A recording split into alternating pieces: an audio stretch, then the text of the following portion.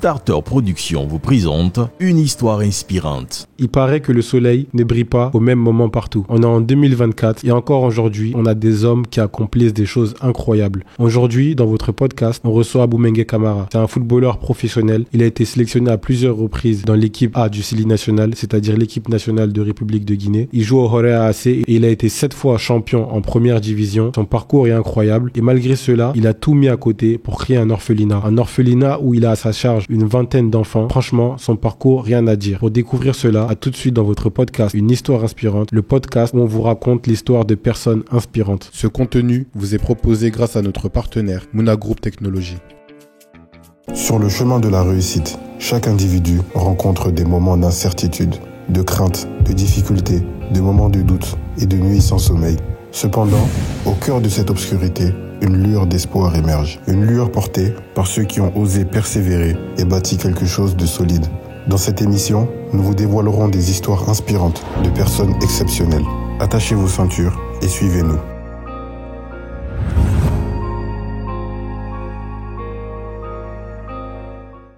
Bonjour Abou, comment est-ce que tu vas? Bonjour mon frère, ça va, je vais bien. Bienvenue dans ce podcast. Comme je t'ai expliqué, ici c'est une émission où on invite des gens comme toi qui ont un parcours assez inspirant. Ça peut être des dirigeants d'entreprise, des dirigeants associatifs, en tout cas des gens qui ont réussi à construire quelque chose de gros dans leur vie. Et toi, c'est ce que tu as réussi à faire.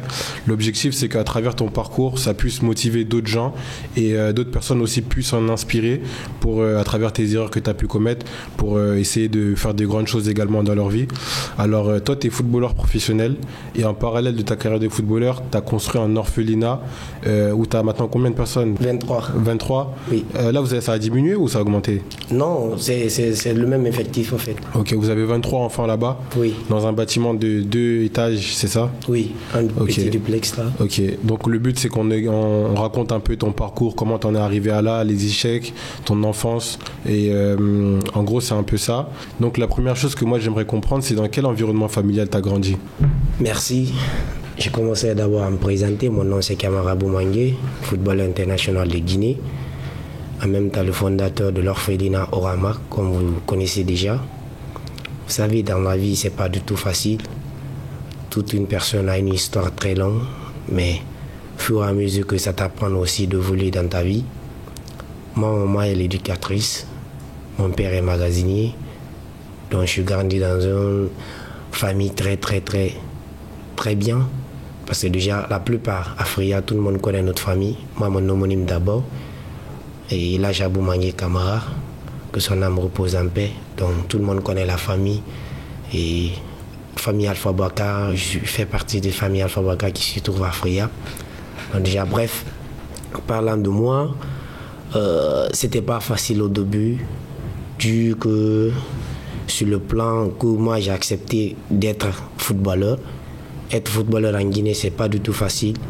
Il faut passer par les échéances, toujours un peu plus difficile. Surtout quand vous n'avez pas beaucoup de promoteurs dans ce pays, donc c'est très difficile. Moi, au début, ma maman m'a dit d'abord d'étudier parce que j'aimais très bien le football. Je m'entraînais le matin et puis c'était amateur. Être professionnel dans ce pays, c'est très difficile. Là où j'étais, au fait, à Tombolia, parce que c'est là-bas que j'ai grandi. Je suis né à Fria, mais j'ai grandi à Tombolia. Comme elle, l'éducation m'a dit, il ne faut pas abandonner, il ne faut jamais abandonner le football. Il ne faut jamais abandonner l'étude pour le foot. Parce qu'après le football, tu as quelque chose à faire dans ta vie. Tu ne peux pas rester comme ça. Et si le football, ça ne marche pas, comment tu vas faire ta vie? Tu vas demander les gens à chaque fois. Personne ne va t'aider. Tu es d'abord responsable. Être responsable, il faut d'abord te soutenir toi-même avant d'aider les autres. Mais dans tous ces parcours, j'ai eu beaucoup d'exemples de footballeurs et ça m'a beaucoup inspiré d'aller à l'école, d'étudier, pratiquer certaines choses pour gagner ma vie. Donc sur ce parcours, j'ai commencé par à Tombolia dans mon quartier. Il y a plein de gens qui vont commencer à me remarquer, m'encourager, me disaient il faut jouer au football. Peut-être tu peux avoir de l'avenir dedans. On va arriver à ça, mais moi, en fait, ce que j'aimerais, on va essayer de rentrer d'abord surtout dans les petits détails. Ça veut dire, moi, ce que je me demande d'abord, c'est dans quel environnement familial tu as grandi? C'était comment avec tes parents? C'était plutôt religieux ou bien tes parents, ils étaient... Parce que moi, je sais que tu m'avais dit une fois que ta mère, elle s'occupait beaucoup des enfants orphelins aussi dans le quartier. Oui. Donc, toi, comment tu as grandi dans ton univers familial? Comment ça se passait à la maison? C'était un peu pareil ça, parce que moi j'ai fait beaucoup de temps avec ma maman. Mon père il voyageait, il faisait peut-être 2-3 ans sans revenir au pays. Donc ça c'est à travers le boulot, donc j'ai passé beaucoup de temps avec ma maman. Donc à travers cela, ça m'a appris beaucoup de choses. Donc surtout, et puis je me suis adapté à ce que ma maman elle faisait. Donc quand j'étais à côté d'elle, je me suis inspiré d'elle, quoi. Tout ce que je passais, tout ce que je faisais, celle qui m'a accepté de faire tout cela. Parce que faire cela, étudier, me montrer le chemin, me donner quelques idées, tout ce que moi j'ai remarqué, donc tout ça, ça m'a inspiré d'être là. Donc quand tu me parles de mon environnement familial, c'était pas été facile. Mais on ne peut pas tout dire ça aux médias, tu vois. C'est des choses internes, ça c'est familial, on ne peut pas exposer ça. Mais rien n'était facile. Je suis arrivé jusqu'à ce moment, j'ai été soutenu par ma maman, la grande partie. Donc elle était là pour moi, elle m'accompagnait, elle me conseillait, elle me donnait des idées, comment faire. Et j'avais beaucoup de pitié pour elle. Parce qu'elle avait plus de 9 ans, ça n'allait pas avec mon papa. Donc du coup, je me suis beaucoup focalisé sur elle et ça m'a beaucoup inspiré. Parce que je la voyais galérer pendant un moment. Donc de temps en temps, quand je venais à la maison, quand je venais du terrain, je pleurais même pourquoi ma maman se trouve dans cette situation. Et ça m'a beaucoup inspiré de travailler, de me motiver. C'est ma source de motivation en fait. Donc c'est pourquoi à chaque fois que je me réfère d'elle et ce qu'elle faisait dans le quartier, ça m'a beaucoup inspiré quand je suis rentré dans tout ce que tu as fait. Voilà. Jusqu'à aujourd'hui, j'arrive à réaliser ce projet d'orphelinat. Donc c'est à travers ma maman que je me suis. C'est ça qui a été ta source de motivation. Exactement. Et t'es né à Fria? Oui, je suis né à Fria. Et t'as grandi là-bas ou bien plus à Non, Conakry? je partais là-bas en vacances. Ok, en fait, dès que t'es né, vous êtes directement venu à Conakry. Parce que mon papa travaillait à Conakry, à Bonfi. Maintenant, après, on est revenu, il a construit à Tombolia, donc on est revenu à Tombolia. Vous êtes resté là-dedans, à Conakry, quoi. Là, oui. Et puis lui n'était pas là-bas, il était tout le temps en voyage parce qu'il travaillait, donc il était magasinier comme fonction. Mais par après, moi, comme ma maman est l'ancienne, elle s'occupait de nous tous. En même temps, nous, c'est comme ça qu'on a gagné au fait. Vu un certain temps, on a pris notre responsabilité en main pour pouvoir aider la maman parce que la vie, ça commence à venir. Et puis moi seulement, j'ai des sœurs et deux petits frères. Donc déjà... T'es le plus grand? Oui, j'ai l'aîné de ma maman au fait. Okay. Le plus grand est là-bas, ça. C'est le frère de mon amie. Ok. Et au niveau du parcours scolaire, comment ça se passait toi à l'école? T'étais plutôt un bon élève ou bien t'aimais pas trop l'école? Oui, c'était pas ça. Tu sais, quand tu as beaucoup de pitié, tes parents, il faut avoir des bonnes éducations et te concentrer sur les études. Parce qu'aujourd'hui, nous, la plupart, on se focalise sur le football et abandonner les études, tu vois. Donc moi, sur tout ça, moi, elle était là pour moi. Elle dit, tu veux jouer au football? Il faut étudier d'abord. Si tu étudies, là, je vais te laisser jouer au football. Parce que les gens m'appréciaient, venaient la voir. Madame, laisse-moi, votre fils aller, va jouer pour nous. On a des compétitions parce que la plupart dans les quartiers, je me suis fait remarquer interclasse, inter-école, inter-jaune. Dès à l'école, déjà, tu te faisais remarquer dans le football? Oui, exactement. Donc même dans les écoles, j'ai passé par des écoles que je ne payais pas. C'est à travers le football que je ne payais pas. Donc déjà, comme ma maman, elle était focalisée sur ça, c'était son but. Pour la rendre heureuse, je me suis concentré pour étudier, pour vite rentrer à l'université pour que je serais libre en fait. En fait, il y avait des tournois inter-écoles? Inter-école, interscolaire, donc à chaque fois je partais là-bas. Ok, les écoles en fait voulaient que tu sois dans cette école-là pour pouvoir gagner les tournois? Voilà, pour gagner les trophées et puis tu vois, pour l'image aussi de l'école. Parce qu'au moment où on ne faisait pas de publicité pour les joueurs, mais à travers ça, quand ils apprennent, tel joueur est là, tel joueur est là, donc les gens ont envie de venir là-bas pour voir parce qu'ils savent qu'interscolaire va venir. Quand je suis venu, j'ai commencé par le Sanou, et j'avais un grand là-bas, Barthez, qui m'a envoyé, et M. Diogo, paix à son ami, il est décédé aujourd'hui. Maintenant, c'est lui qui m'a envoyé là-bas parce que lui aussi il regroupait les joueurs à l'école. C'était l'image. À l'inter-école, à l'interscolaire. Même Boniface, c'est là-bas qu'on s'est connus. Inter-jaune qu'on s'est connus, parce que jaune de Kindia, Koya fait partie de cette jaune. Maintenant, quand on était parti, c'est là-bas qu'on s'est connus. Et puis, donc ça m'a beaucoup aidé à découvrir certaines choses. Et le professionnalisme, c'est là que ça a commencé. Donc après les écoles, quand j'ai eu le BEPC, je suis revenu. Maintenant, j'ai préparé le bac. C'est le bac, j'ai fait ça à Cheikh Abdul Kaba. Donc, ça, c'est à Conakry? Ça, c'est à Conakry, au niveau du Conakry, zone de Conakry maintenant. Okay. C'est à travers tout ce que je t'ai expliqué là. J'ai dit, les écoles me veulent, c'est par rapport à ça, parce que moi, je jouais. À chaque compétition, quand je partais, ils vont dire meilleur joueur. Donc, ils ont envie. Et puis, même interquartier, des gens ont commencé à me remarquer, parce que j'ai beaucoup cartonné à Tomboléa. Donc, déjà, quand j'ai quitté, il a fallu que j'intègre un club. Et puis dans ce moment à l'époque, c'était Rorea qui était club phare, donc je me battais pour ça. Donc j'ai vu que directement ils t'ont recruté avant, mais du coup après le bac, après tu t'es arrêté avant le bac, du coup le football en fait a fait qu'après t'es pas allé passer ton baccalauréat, ou bien tu l'as quand même passé? Non, je m'entraînais, mais j'étais pas dans l'école, j'étais pas dans un club professionnel, parce que déjà en ce moment... Non, je veux dire en fait, parce que tu m'as dit que en gros t'as eu ton BEPC. Oui, après t'as allé préparer le bac? Non, quand j'ai eu le BPC, quand je suis venu à Conakry maintenant, je continuais de jouer. Je ne pouvais pas arrêter. Et t'as laissé l'école à ce moment-là? Non, je n'ai pas laissé l'école, je partais à l'école. C'était le soir maintenant que je m'entraînais. Dans les compétitions, si c'est le soir, si c'est le matin, je ne pourrais pas, parce que déjà j'avais promis à un moment, une fois à l'université, là, je vais m'occuper de mon football. Okay. Donc elle aussi, elle m'avait promis, une fois à l'université, tu es libre de faire ce que tu veux. Okay, donc il faut que tu aies des diplômes. Tu as passé le bac et après tu t'es concentré que sur le football. Voilà, exactement, que le football. Maintenant, arrivé à l'université aussi, arrivé au niveau de baccalauréat, je me suis concentré. Quand j'ai eu le bac, directement, je me suis engagé dans le football. Première année, deuxième année. En ce moment, mais à l'université, c'est comme ça que les professeurs m'ont connu. Il y a beaucoup. Parce que déjà, quand j'étais à l'université première année, on m'avait déjà engagé dans Rorea Junior. Okay. Parce qu'on a commencé par Junior. Ça, c'était en U15, j'ai vu. Non. U17. Ça, c'était en U19, U20. Ok, U20.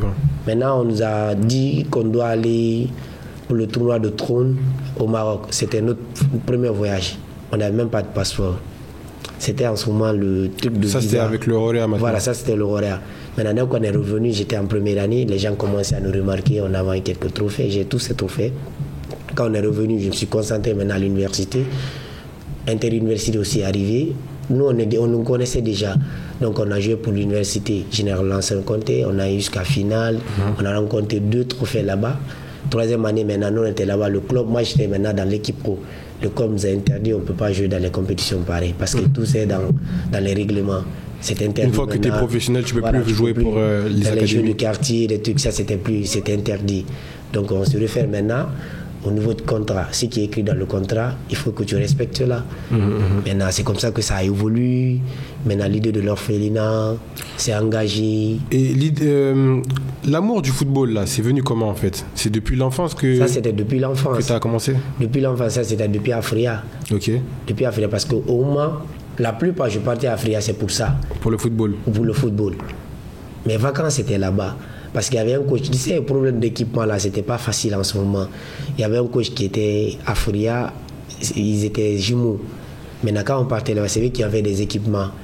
Pour que tu puisses avoir des équipements, on te change, on te fait des photos, il faut que tu donnes l'argent. Donc à chaque fois, on partait là-bas, et le monsieur, il nous faisait les photos, et puis il nous prend, on vient, on joue et puis on rentre. La plupart, les entraîneurs qui avaient beaucoup d'équipements, qui auraient beaucoup de jours, parce que déjà on avait envie de porter des équipements, des nouveaux, des crampons. Il n'y avait pas de crampons, il y avait seulement des plastiques, les trucs. Les crampons, c'était pas évolué en ce moment. Donc moi j'étais en l'âge de 15 ans, 16 ans, je partais là-bas à chaque fois, je m'entraînais et je revenais. Maintenant, moi j'ai joué dans les compétitions interquartiers petits. C'est moi qui étais petit parmi les grands. Tu jouais avec les grands en fait? Voilà, déjà. les grands. C'est comme ça que je me suis vite intégré. Et ils m'ont dit, auparavant, c'était comme ça. Quand tu es bon, un petit est bon, on va t'intégrer et puis on te suit. C'est comme ça que ça a évolué en fait, à Fria. Donc à chaque fois, il y avait tournoi interquartier Russell qu'on organisait à Fria. Donc on m'invitait, je partais là-bas et on jouait. Et tu trouves par rapport à maintenant, à cette époque-là, c'était quoi le meilleur niveau? C'était à quelle époque qu'on avait le meilleur niveau de football en Guinée parmi les jeunes? C'est maintenant. Maintenant, c'est un meilleur niveau qu'à cette époque-là? Oui, parce qu'en ce moment, c'était pas professionnalisé, tu vois. Il n'y avait pas de terrain, on jouait sur terre battue, mais actuellement, on a... Même chez les jeunes? Oui, bien sûr. Okay. Tout était terre battue. Donc ça, c'est pas professionnel. Les recruteurs ne pouvaient pas vous prendre parce que déjà, terre battue, c'est trop élémentaire, tu vois. Donc maintenant, là, ça commence à évoluer. Le football guinéen commence à s'émanciper. Donc déjà, c'est le plus important. Parce que quand t'apprends à jouer au foot sur terre battue, quand t'es recruté, quand on te met sur du gazon, c'est pas pareil en fait. Non, c'est pas pareil. Parce que tu trouves que tu as beaucoup de maîtrise. Parce que terre battue, tu sais, il y a des terrains sur synthétique, c'est plat. Sur terre battue, il y a des terrains qui sont pas bien, des cailloux, tu vois. On peut pas s'entraîner sur ça. Mais comme on était obligé, c'était notre passion, donc on était obligé de jouer. Ok. Et tu trouves qu'au niveau footballistique, chez les jeunes en Guinée, actuellement, on a une bonne formation? Parce que moi, en fait, j'ai un cousin qui a une académie de football en Guinée où il forme en fait des jeunes dans le football. Et en gros, quand j'ai discuté avec lui ou même quand j'ai visité son académie, moi, ce que j'ai remarqué, c'est que tu avais beaucoup de joueurs qui avaient beaucoup de talent, mais au niveau tactique, c'était pas trop ça. En fait, au niveau tactique, il fallait reprendre toute leur formation parce que eux, ce qu'ils savaient, c'était surtout jouer avec le ballon, dribbler. Ils ont l'habitude de jouer sur des petits terrains, en fait. Mais une fois que tu les mets sur le grand terrain, ils sont perdus. Il faut des formateurs pour ça. Il faut beaucoup de centres, comme nos pays voisins, Sénégal, au Mali. C'est un peu ça. Il faudra renforcer tout cela. Il faudra envoyer des gens, des bons recruteurs, des éducateurs pour aider les enfants. Il y a beaucoup de talentueux qui se trouvent en Guinée. Mais s'il n'y a pas d'aide, c'est très difficile. Parce que nous-mêmes, c'est comme ça qu'on se voyait. On me dit, quand tu es au banlieue, même si tu sais jouer, si tu n'es pas vert par là, tu n'as pas de bras longs, on ne peut pas t'accepter, tu vois. Pour éclaircir tous ces projets, il faudra envoyer des gens qui peuvent superviser les enfants, qui les encouragent, et beaucoup d'académies qui est suivi. Parce que tout ce qui est lié au football, ça devient maintenant professionnel. Si tu envoies un enfant pour envoyer en Europe, il faut d'abord mettre dans une académie où on va lui former, on va lui apprendre plein de choses. Tactique, tout ça, là, ça s'apprend. C'est l'éducation. Mais si les enfants, on les oblige d'abandonner l'école au profit de football, ça ne peut pas aller. Comment il peut apprendre la langue tactiquement? Parce que quand tu l'expliques, dans le terrain, il est meilleur. Mais s'il s'agit d'explication, il ne va pas le comprendre. Mais pour le faire comprendre, actuellement, on ne fait même pas ça. On fait d'abord théorie et puis pratique maintenant. Maintenant, théoriquement, si toi, tu n'es pas bien, pratiquement, tu es bien, ça ne peut pas aller. Il faut qu'on t'apprenne à deux. Donc, c'est l'école qui forme tout cela. Il faut obliger les enfants d'étudier et de les mettre dans les endroits, de les encadrer, au moins pour qu'ils puissent avoir quelque chose de meilleur. Mais même la communication, ça s'apprend.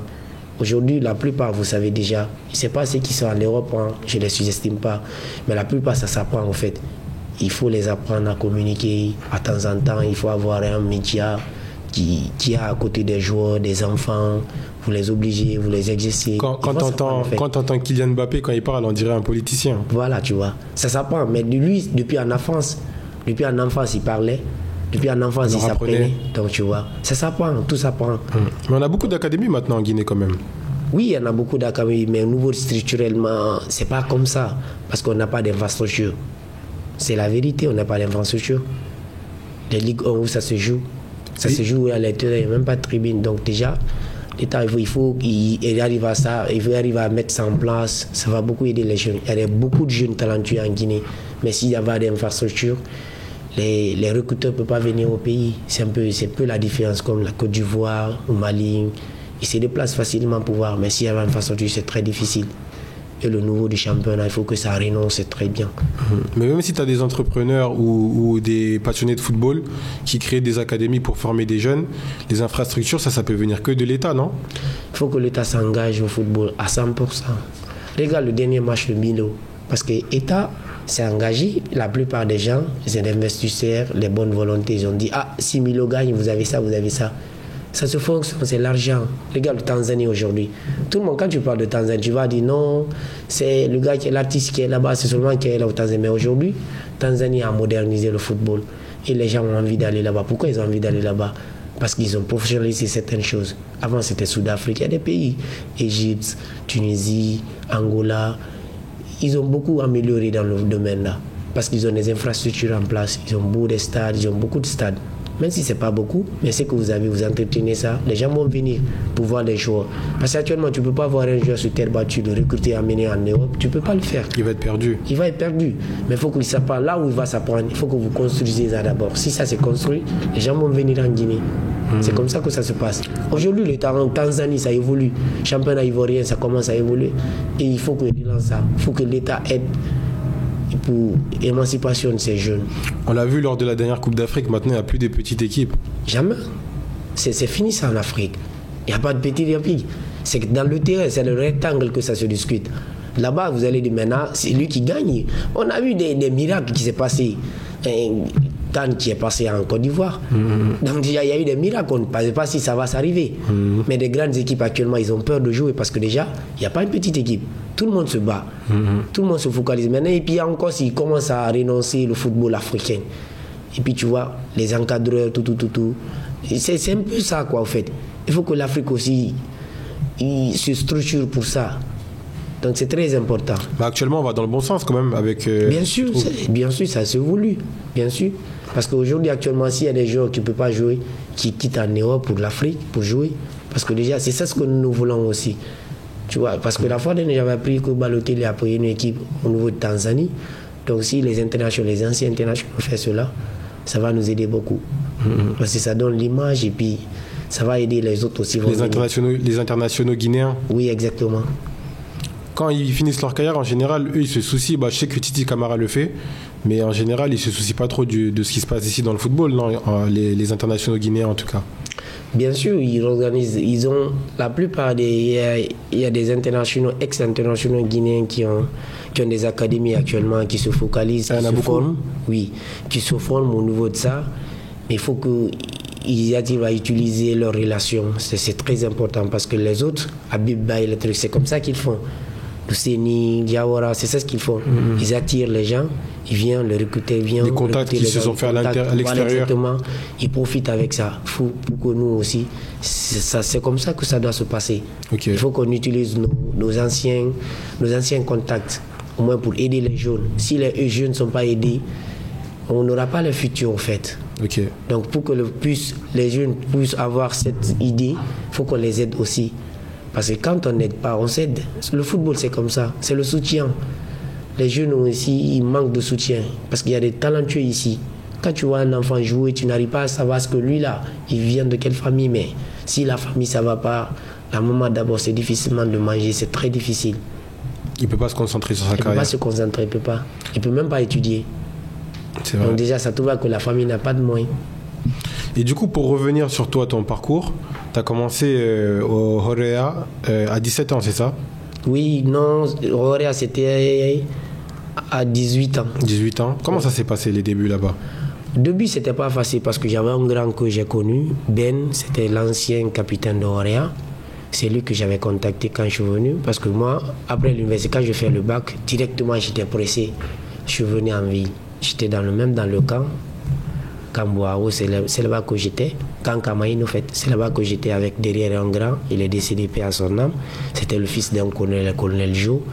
C'est lui qui m'a accueilli là-bas parce que lui-même, il m'aimait quand il me voyait jouer à Tombolia. Je jouais pour eux dans les tournois. Il m'invitait à chaque fois on jouait là-bas. Il m'a dit de rester à côté de lui. Maintenant, je suis allé voir un cousin, tonton Baba Castille.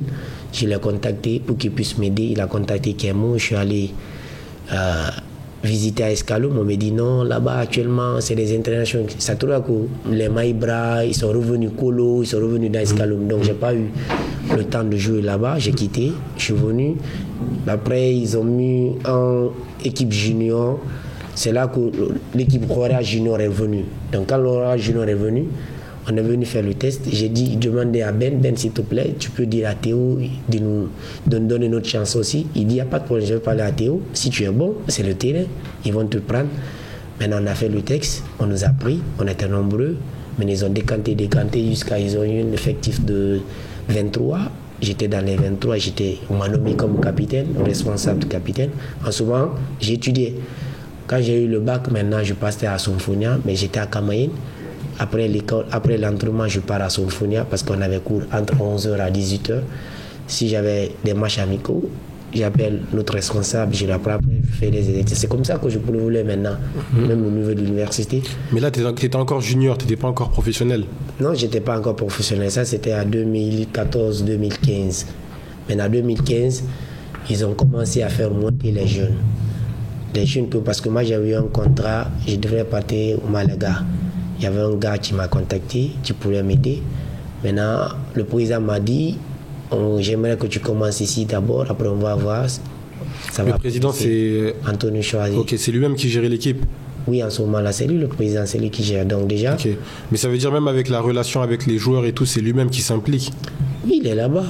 Tout passe par lui. Ok. Tout passe par lui. Ça c'est au niveau de l'organisation. Tout passe par lui. Ok. Mais ils ont dit, on a des jeunes ici, l'année prochaine, on va essayer de les faire monter petit à petit pour qu'ils s'adaptent aussi. En cas, ils vont jouer les championnats, ils vont s'adapter. Peut-être au futur, on a besoin d'eux. Maintenant, c'est comme ça. On était là-bas, on est parti au stage au Maroc. Et puis, on était 6 parce que le président m'a contacté. J'ai dit, président, moi, je ne peux pas signer. J'ai des amis avec qui j'ai galéré. J'ai cité 5 noms. Il dit, il n'y a pas de problème, on va les faire signer. Quand on nous a fait signer, on est parti au Maroc. Mais les autres n'ont pas eu la chance parce que le football, ça fait partie aussi. Tu vas voir un gars qui sait très bien jouer, mais il n'a pas eu la chance d'évoluer. Donc, ça dépend. Tout le monde a son destin, tu vois. Donc, c'est comme ça que ça évolue. Nous, on est parti là-bas. Tu étais prêt à mettre en péril ta carrière pour tes amis?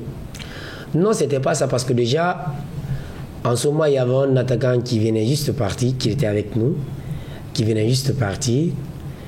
Et puis, le problème de Malaga, c'était pas réglé. Quand on est parti à l'ambassade, j'ai pas eu le visa. J'ai traîné tout le temps. On me demandait ça. On a beaucoup traîné. Ça fait plus de 2 mois. Les recruteurs qui étaient venus, qui sont retournés, ils n'ont pas voulu l'accepter maintenant. Pour pouvoir perdre le Orea et perdre Malaga, Malaga n'est pas en main. Mais ce qui est en main, j'ai pris ça. Donc, j'étais obligé de signer dans Orea parce qu'à l'époque, quand le président venait de prendre le Orea, c'était le club de rêve de tous les joueurs qui étaient ici. Tout le monde voulait jouer dans le Orea. Donc, déjà, quand tu as eu l'opportunité, là, tu ne vas pas le rater. Maintenant, la première opportunité que j'ai eue, j'ai saisi ça. Et puis, on est allé au stage. En ce moment, c'est Céline Chuleman qui était le directeur technique de ce club. On nous a recruté, on dit, on va mettre le petit là, on va le suivre. Le coach, c'était Kamfori Lapé. Lui aussi a dit, il n'y a pas de problème, on va le suivre, il est bon, il peut nous aider par après. Donc c'est comme ça que nous on m'a retenu avec l'effectif. Les autres n'ont pas eu la chance d'être dans l'effectif. Maintenant, on est revenu en Guinée, on m'a donné une licence que j'avais.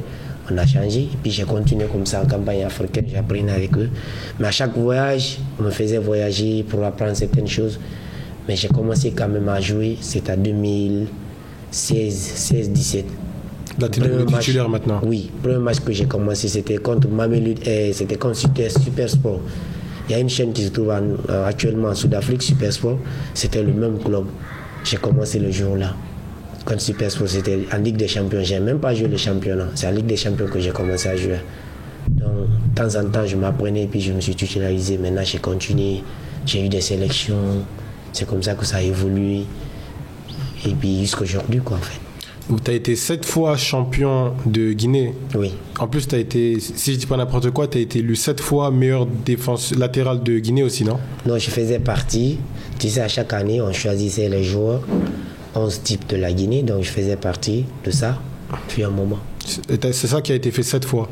Non, ça c'était la coupe qui a été 7 fois en fait, 8 fois. Ok, 8 fois. Oui. 8 fois champion de Guinée? Oui. Comment on réussit à être 8 fois champion de Guinée?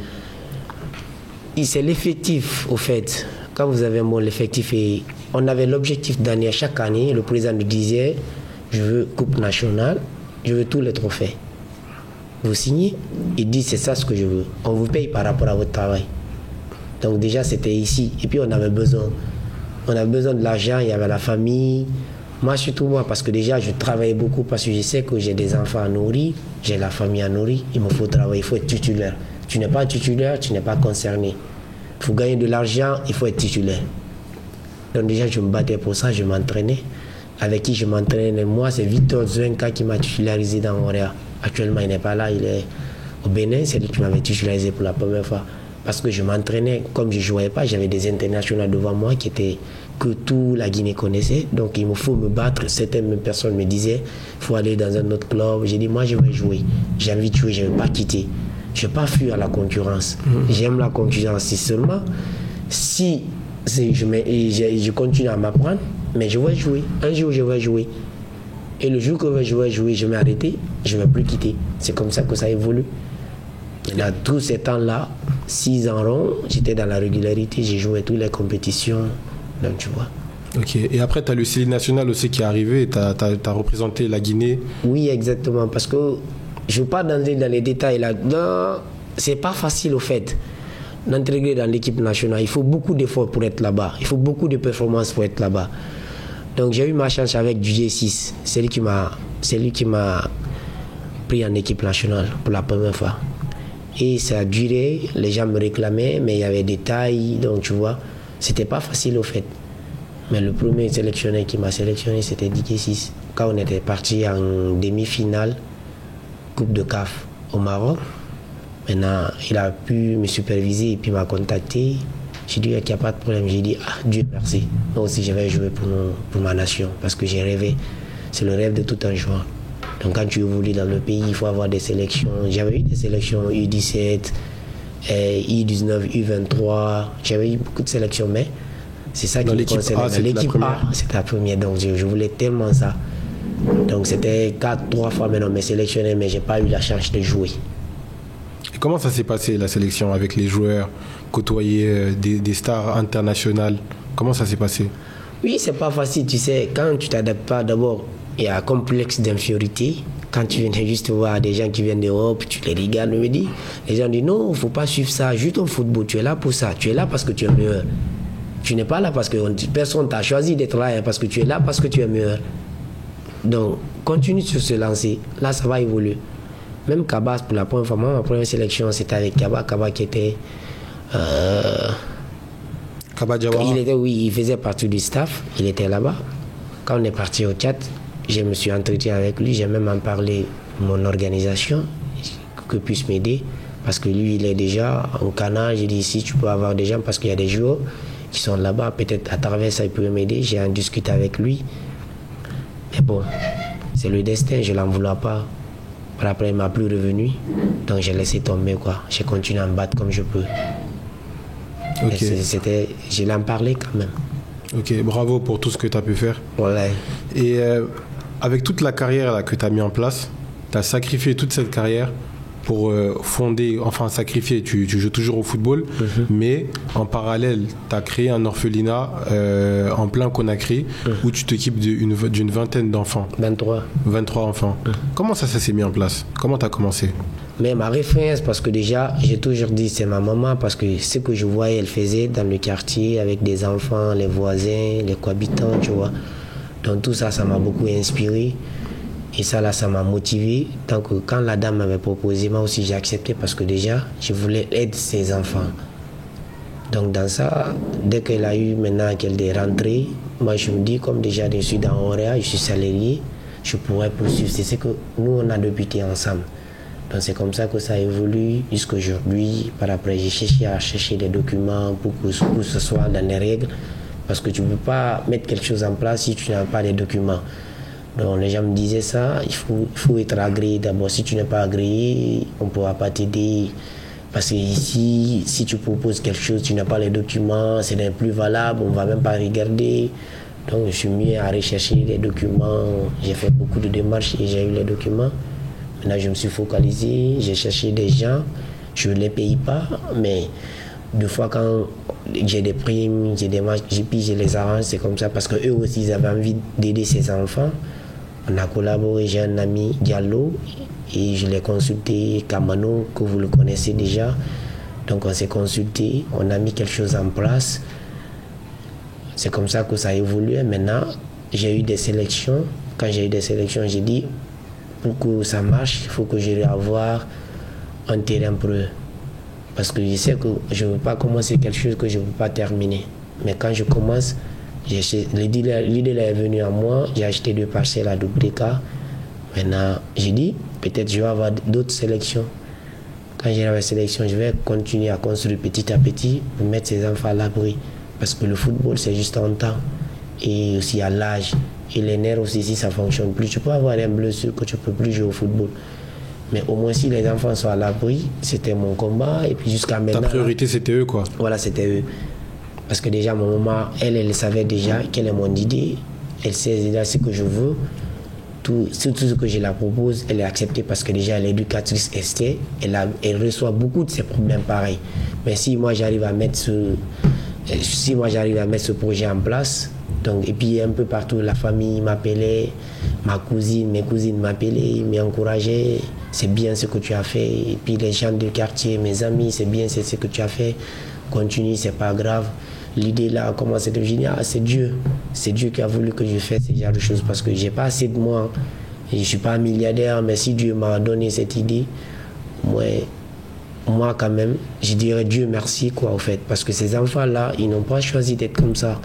Donc si Dieu m'a donné l'idée de mettre l'orphelinat en place et m'occuper de ces enfants, là c'est très bien quoi en fait. Au début, au moment que j'étais en activité, quand le club ça marchait, je ne calculais pas parce que déjà avec notre match de prime, à chaque semaine je payais la dépense, tout, donc je ne calculais pas assez quoi.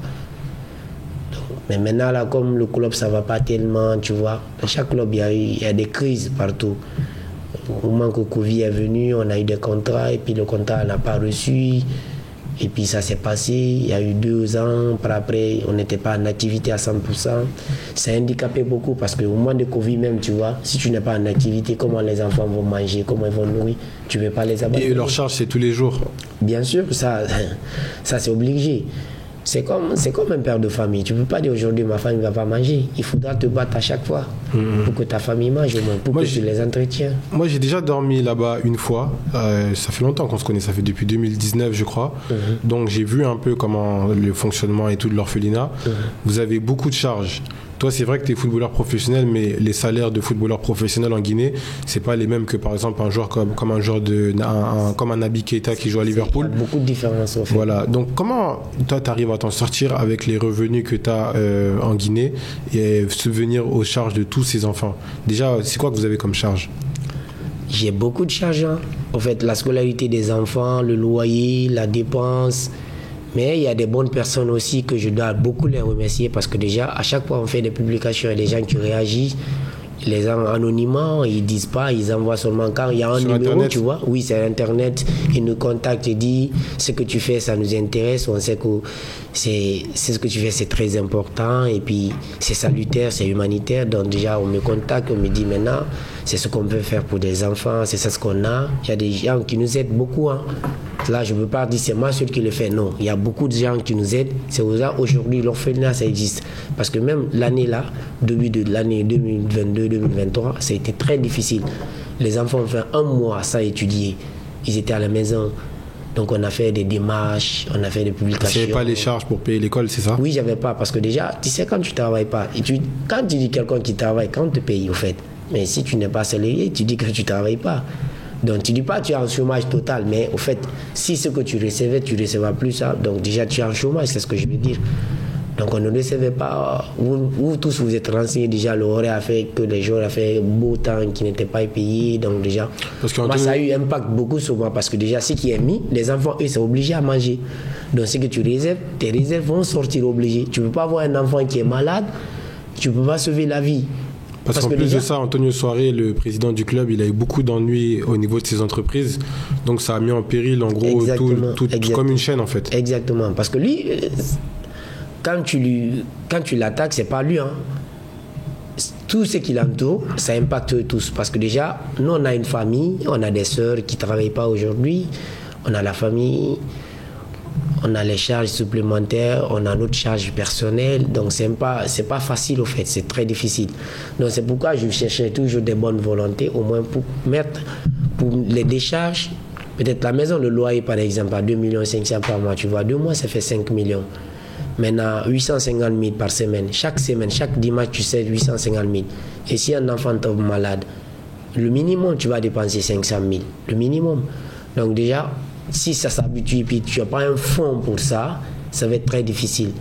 Et si les donateurs n'interviennent pas, ça va être très très difficile de plus. C'est catastrophique. Voilà, exactement. Donc déjà, c'est pourquoi on se battait avec des partenaires, pour avoir des partenariats, des marraines, au moins, s'il peut s'occuper des enfants. Mais tu peux avoir un marraine et puis tout le temps l'embêter, l'appeler, c'est ça, c'est pas normal au fait.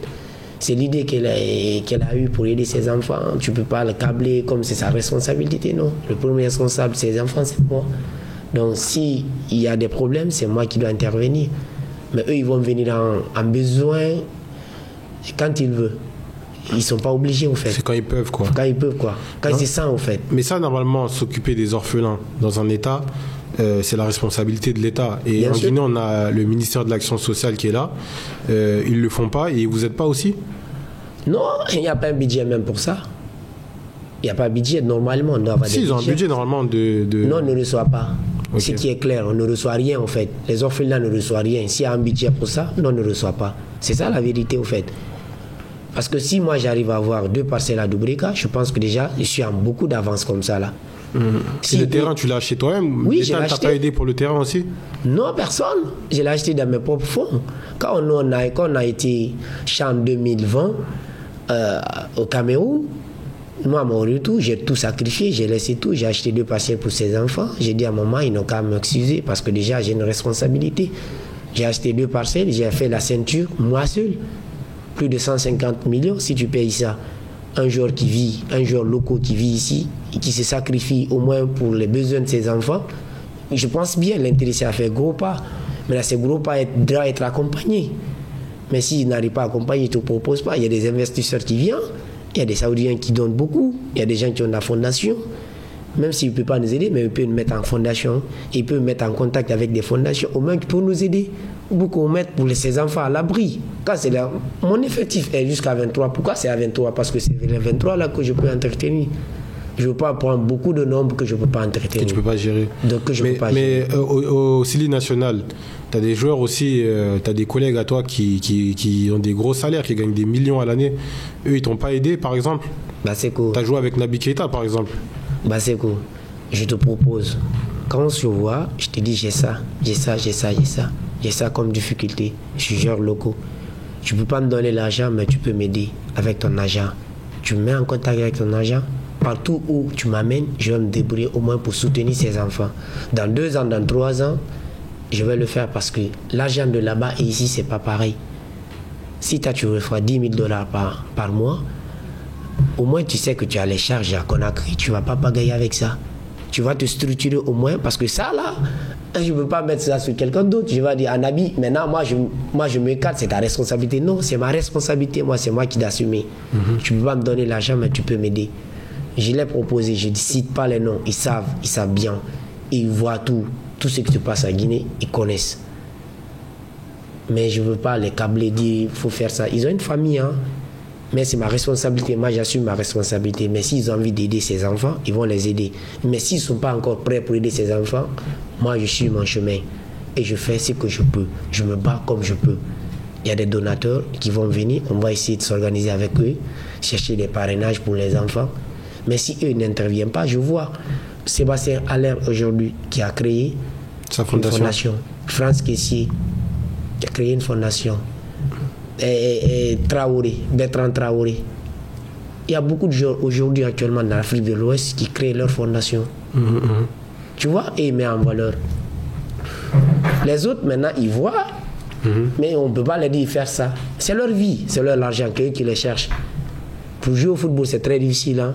Mais si quelqu'un le donne, parce qu'il a envie de donner. Ouais. Pour donner il faut s'habituer, hein? C'est très important. Le cœur là, c'est pas Dieu ne donne pas à tout le monde. Et l'idée là, Dieu ne donne pas à tout le monde.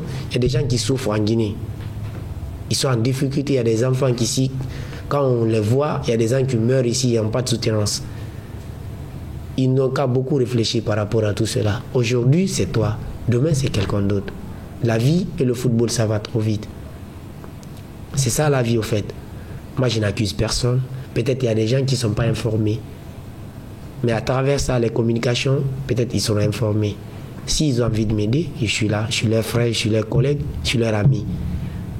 Ils ne le font pas pour moi, mais pour ses enfants, pour la vie de ses enfants. Ces enfants vont être des cadres demain, un footballeur, un peu, tu vois. Au moins que ce soit le cas. C'est ça mon objectif. C'est pourquoi j'ai mis ces enfants à l'école privée pendant tout ce temps. À travers les aides, on a continué à se battre pour ces enfants. Et on continue sur ce chemin. Inch'Allah, ça va continuer. Parce que tout ce qui est bien, Dieu va te suivre. Si c'est du mal, je vais vendre le terrain, j'achète une voiture, je fais ma vie tranquille. J'ai dit maintenant, je ne peux plus. Mais ce n'est pas ça mon objectif. Quand j'abandonne ces enfants, qui va s'occuper d'eux? Qui va s'occuper d'eux? Donc c'est ça, tout ça mon problème. Il y a des gens, ils sont tous là actuellement. Et ils savent réellement. Ils savent où aller. Ils connaissent. Ils ont des gens qui les renseignent de tout. Ils voient tout. Mais s'ils ont envie de m'aider, je suis là. C'est pour ces enfants, hein. Pas pour moi. Mais s'ils n'ont pas l'idée d'aider, ils ont leur famille. Ils vont s'occuper de leur famille, il n'y a pas de souci. C'est la vie. Et comment ces enfants ils se sont retrouvés dans ton orphelinat? Comment ça, vous faites? On te les dépose et après tu acceptes tout. Il y a des appels, des cohabitants, des connaissances. Tu m'appelles parce qu'on a notre contact sur notre compte. On nous appelle, on a tel enfant ici. Il a perdu son père, il a perdu sa mère. Est-ce que tu peux le récupérer, l'entretenir pour nous, au moins pour qu'il puisse étudier? Nous, on n'a pas des moyens, on ne peut pas les garder. Au moins pour que l'enfant puisse étudier. C'est comme ça que la plupart de ces enfants, on les a reçus. Et il y a des enfants qui sont nés, ils n'ont pas encore vu leurs parents. Ils sont nés dans l'orphelinat comme ça. C'est leur grand-mère qui les envoie. C'est leur tante, c'est l'ami de leur maman qui les envoie à l'orphelinat. On a eu des contacts comme ça. Ils sont un peu partout. C'est comme ça qu'ils sont venus. Ok. Et comment on fait pour faire un don, pour participer à vos charges? Si par exemple il y a quelqu'un qui nous écoute là et qui aimerait participer. Ça dépend, tu nous contactes, tu dis ce que tu peux parce que nous on ne peut pas t'obliger de faire ça. C'est pas à toi, tu es juste un donateur. Tu dis moi j'ai ça, j'ai une boîte, je peux déposer. Comment tu peux déposer? On te donne un contact. Le contact, tu essaies de nous joindre. Nous on a toujours le temps. On va essayer, même si partout on va aller chercher. Déjà c'est quoi vos besoins pressants vous? Au niveau de l'orphelinat ou bien? Oui. On a des besoins. Déjà, le loyer, parce que c'est le primordial. Tu ne peux pas amener un enfant à l'école, là où il dort, c'est pas stable. Votre loyer, il est de combien? 2 500 000 par mois. Ok. Donc, il y a le loyer, la dépense des enfants, ça c'est quotidien, tu vois. Donc, les darés, tout ça, ça nous intéresse. Donc, c'est un peu ça, quoi, en fait. Et la scolarité des enfants, parce que déjà, il faut qu'on commence à faire les campagnes dès maintenant, là. Parce que ça ne veut pas qu'au mois d'octobre aussi, ou bien l'ouverture, ça arrive, on n'a même pas quelque chose pour mettre à l'école. Donc, tout ça, c'est nos difficultés. Il faut qu'on arrive à structurer tout cela. On fait des campagnes. On va essayer de voir ce qu'il faut. On fait beaucoup de communication par rapport à ça. S'il y a des gens qui peuvent parrainer 2 ou 3 enfants, ça nous permet au moins de nous décharger un peu. Ok. Et s'ils veulent participer, il y a un numéro ou comment ça marche? Oui, on a notre numéro là-bas. C'est quoi? Tu peux le donner? Oui, bien, je peux le donner. 620 627 02 20 31. Tu peux contacter 627 02 20 31. 627 02 20 31. Oui. Ok. C'est le numéro là joignable, c'est le plus. Parce que l'autre n'est pas stable, c'est pourquoi je n'ai pas donné ce numéro. Ok. Et s'il y en a qui veulent participer, par exemple, via Orange Money, sans même t'appeler ou quoi que ce soit? C'est le même numéro, ils peuvent consulter sur le numéro là. Ok, ils peuvent faire là, un don directement. On va communiquer, on va essayer de voir ce qu'il faut faire. Mais tu sais, il y en a des fois, ils aiment bien faire un don sans qu'on sache que c'est eux, sans t'appeler. Exactement, mais ce numéro là, c'est mon numéro Orange Money aussi. Ça fonctionne au fait. Ok. Et du coup, c'est quoi toi l'avenir pour toi?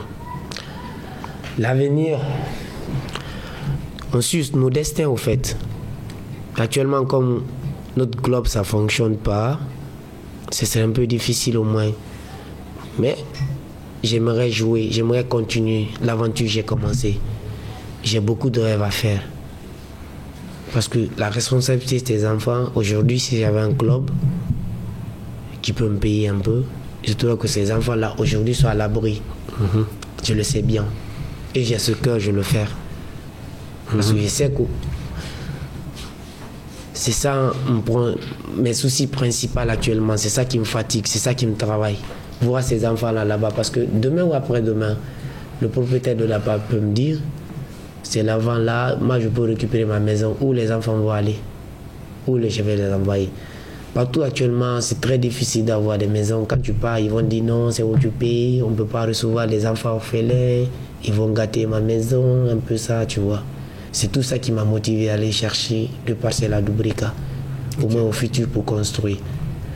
Mais pour l'avenir, pour moi, je suis avec tous ces enfants. Je ne peux pas les abandonner. Là, je ne vais pas mentir. Je vais toujours continuer à me battre. Je vais travailler, je vais tout faire.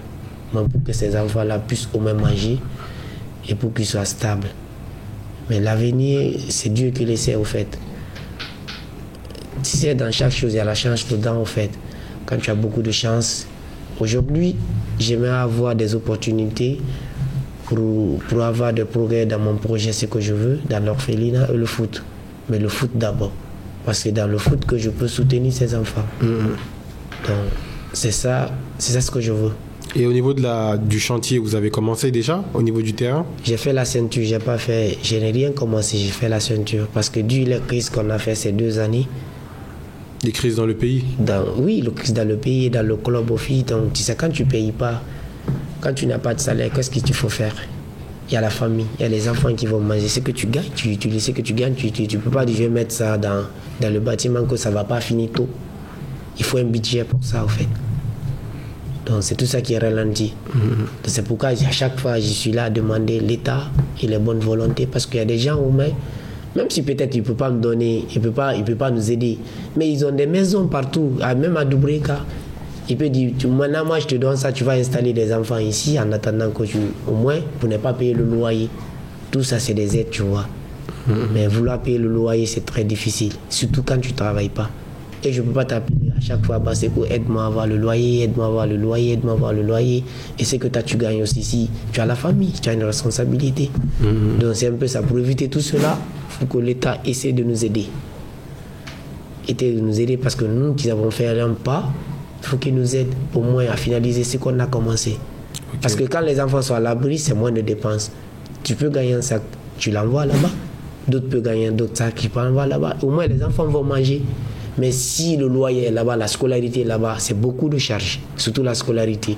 Alors les enfants ne peuvent pas aller là-bas sans étudier, ils ne peuvent pas rester là-bas. Il y a plein de choses que j'ai impliquées dans l'orphelinat. Aujourd'hui, ça s'est diminué parce que j'avais cherché même un maître coranique qui partait là-bas pour que les enfants apprennent le Coran. C'est très important par rapport à leur religion. Parce que quand ils sont en bas âge, c'est plus facile d'apprendre que tu es à un certain âge. Donc c'est très difficile en fait. Donc le gars là même on ne le paye pas, la dame qui travaille là-bas on la paye, celle qui prépare pour eux, tu vois. La sécurité, tous ces charges là, moi c'est un peu difficile. C'est compliqué. C'est très difficile, surtout quand tu ne travailles pas. C'est compliqué. Donc, en tout cas, bravo pour tout ce que tu fais. Il y a beaucoup de jeunes qui vont écouter sûrement ce podcast, cette émission. Il y en a qui aimeraient réussir à accomplir des choses dans leur vie aussi, comme toi tu as pu faire, ou laisser un impact sur Terre, laisser une trace sur Terre de leur vie. Toi, c'est quoi le conseil que tu donnerais à tous ces jeunes qui sont en difficulté pour certains ou d'autres qui sont sur la bonne voie? C'est quoi comme conseil que tu leur donnerais? D'abord, la volonté. Et ce que tu fais, tu mets tout dedans. Aujourd'hui, vous avez monté votre projet. Au moment que vous êtes venu, ce n'était pas comme ça. Mais aujourd'hui, parce que vous avez cru à votre projet, et ça a marché. Donc dans la vie, c'est ça, c'est tout ce que tu fais, tu as décidé de faire ça, tu suis ça. Et tu l'aimes, ce que tu fais. C'est le métier, on l'aime et on le pratique. Et on le suit de près. Avec la bénédiction des parents, ça va aller. Donc les jeunes d'aujourd'hui vont avoir beaucoup de références. Pourquoi les francs caissiers, les trucs, ils créent des entreprises pour eux-mêmes? Pourquoi ils font ça? Parce que c'est pour donner l'image aux autres. Pour montrer le chemin pour les autres. C'est pourquoi ils font ça. Donc nous aussi, quand on arrive à faire cela, c'est pour donner l'image aux enfants, pour donner le chemin pour les autres. Au moins le grand là, au moins qu'il jouait, il était ici, mais il a pu faire ça quand même. Les gens vont retenir ça de moi, quoi que ce soit. Au moins j'ai essayé. Mais vouloir de ne pas essayer même, c'est ça qui est un peu difficile. Donc il doit tout apprendre et être... Ça veut dire abandonner avant d'avoir commencé. Voilà, exactement. Ok. Merci beaucoup d'être venu ici pour nous avoir raconté ton histoire. Je sais que ton histoire va servir à inspirer beaucoup de gens. Et surtout, j'espère que des gens vont faire des dons et que ça pourra vous aider dans vos charges. Et surtout dans la construction du nouveau bâtiment que vous essayez de faire pour aider les orphelins. Et on se dit à bientôt. Merci beaucoup. Moi, je remercie à tout un chacun les auditeurs et les téléspectateurs qui nous suivent de loin et qui ont accepté de vous suivre à chaque fois, d'écouter. Parce que c'est du temps aussi, écouter les gens, c'est du temps. Vouloir laisser tout écouter ce qui les intéresse, parce qu'ils savent réellement ce que vous faites, c'est énorme. Donc c'est pourquoi on vous suit. Moi, je continue toujours à te remercier les gens qui nous ont mis en contact, Dieu merci. Parce que ça, à travers eux tous, aujourd'hui nous sommes là. Parce que vous-même, quand vous m'avez invité, parce que vous savez ce que je fais, il y a du sérieux dedans. S'il y avait autre chose dedans, vous allez pouvoir vous intéresser à moi. Donc, surtout sous ces nouveaux-là, que notre progrès, notre projet, que ça évolue, que Dieu nous accepte de faire ce que nous voulons. Donc Dieu merci, on a la santé, c'est le plus important par rapport à la bénédiction des parents. Je remercie tout un chacun et les gens qui nous suivent de près, qui nous aident, qui continuent à aider ces enfants. Et ces enfants, c'est nos enfants, c'est pas moi. Peut-être moi je peux être l'initiateur, mais le projet ça se suit avec des gens de bonne volonté, de loin, parce qu'aujourd'hui à travers vous, à travers votre communication, il y a plein de gens qui m'appellent, qui me contactent, ils me disent je vous ai suivi sur ça, je sais que c'est intéressant ce que vous dites, ce que vous faites, c'est qu'il y a quelque chose de concret et il y a la volonté dedans. Si nous n'avait pas mis la volonté dedans et de concret et d'être franc à ce que nous faisons, les gens ne vont pas jamais nous aider. Donc on t'aide, si les gens vont t'aider, s'il y a une idée à soutenir, ici c'est propre et c'est légal de ce que tu fais, les gens vont t'aider. Donc dans la vie c'est ça au fait. Donc dans chaque projet que tu fais, il faut mettre tout dedans, toute l'énergie dedans et ça va évoluer par la grâce de Dieu. Inch'Allah. Oui. On se dit à bientôt. À bientôt, merci. Ce contenu est produit par Starter Productions. Bonjour, permettez-moi de prendre un instant pour aborder un sujet crucial. Je suis Bassekou Djabi, le fondateur de Starter Productions, une société spécialisée dans la production audiovisuelle, dévouée à amplifier votre communication. Que vous soyez une entreprise en quête de nouveaux clients ou une institution désireuse de promouvoir ses activités, nous sommes là pour vous accompagner. Si vous aspirez à aller plus loin, notre équipe de Shams Communication peut concevoir une stratégie sur mesure pour accroître votre visibilité et propulser vos activités. Enfin, pour immortaliser vos moments personnels mémorables tels que les mariages, Starter Events est à votre service. N'hésitez pas à nous contacter sur l'un de nos divers réseaux sociaux ou via WhatsApp au numéro suivant, le 00 224 627 94 25 59. Le 00 224 627 94 25 59.